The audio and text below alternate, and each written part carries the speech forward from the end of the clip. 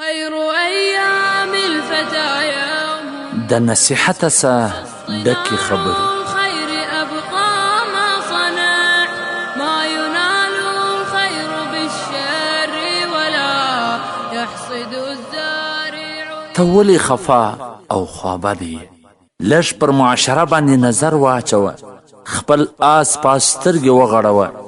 که چیرې ته غریب یې نو نور خلک قرضدار دي.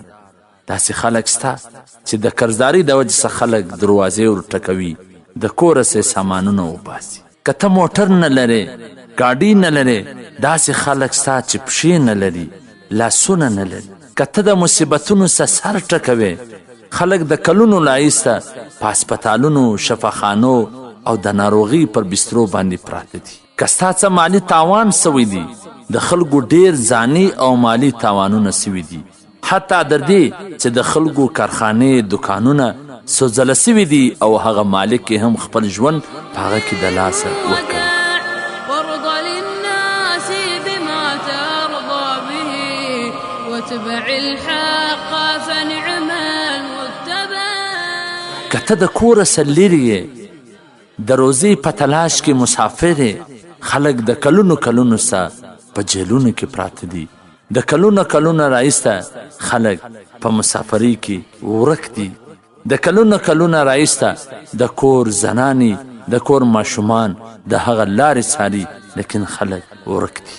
په هر حال کې صبر وکړه، په لمانځه سره د الله جل جلاله سره مرسته وغواړه، ځکه الله فرمایي یا ایها الذین آمنوا استعینوا بالصبر والصلاة ان الله مع الصابرین. لا فرمای ای مومنانو، په صبر او په لمانځه سره زما څخه مدد وغواړئ، الله بېشکه د صابرینو ملګری دی.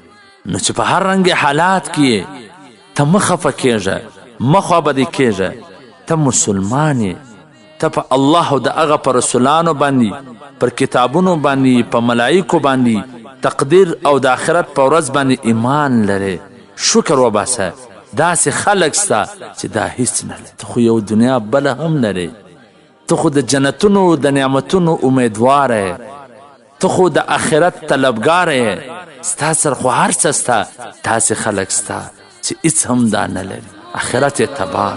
والتقي المحض من كان ورع وقنوع المرء يحمي عرضه. اور حسن خان، کچیرې ته ګناهګار یې، ستا عملنامه په ګناهونو باندې ډکه ده، نو مه خفه کېږه، مه پریشانه کېږه.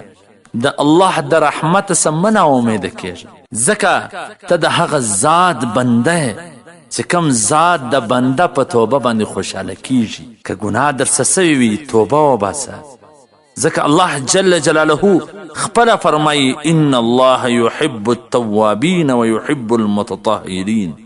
لا فرمایي چې الله د توبې ایستلو والا سره محبت ساتي. څومره مهربان ذات دی، څومره کریم ذات دی چې هغه زموږ په توبه باندې زموږ سره محبت ساتي. عملنامه دې د ګناهونو نه ډکه ده. الله ته په سجده سه، د الله څخه معافي وغواړه، توبه وباسه. الله به دې هم ګناهونه معاف کړي او هم به د سره محبت کوي. فبأي العيش فيها ينتفع وأرى كل مقيم زائلا. نو ته مه خفه کېږه، مه پریشانه کېږه، ځکه خفګان، پریشانی دا ماغزه خرابوي، دماغ خرابوي، د سترګو څخه خوبونه وړي، په اوسني په ورځني ژوند کې سستي راولي او د ژوند انځور خرابوي، د ژوند خوند یې خرابوي. نو مه خفه کېږه، یو ورځ به دې ناجوړي شاسي، ګناهونه به دې وبخښل سي، د قرضه څخه به خلاص یې، که بندي د بنده به خلاص یې، که بندیان لرې، بندیان به دې د کور و طرف ته راسي او غریبي به دې ختم سي، مالداره به سي. مه خفه کېږه، تورې شپې سبا کېږي، طوفانونه درېږي، همداسې به ستا د ژوند ترخې شېبې په خوشحالي او په راحت باندې بدلې سي. نو عزتمنو، مسلمان ته په یو حال کې هم د خفګان او د پریشانۍ سکار اخستل نه دی پکار ځکه الله هغه ذات دی تلک الایام نداولها بین الناس چې په خلکو شپې او ورځې ګرځوي الله به دغه ژوند بدل کی په یو ښایسته ژوند به بدل کی الله به محبت سره شروع کی د الله د رحمتونو د نعمتونو بارانونه را شروع سي والسلام. د مولوي عبدالرحمن صمیم صاحب د نشراتو څخه منتخبي ویناوي.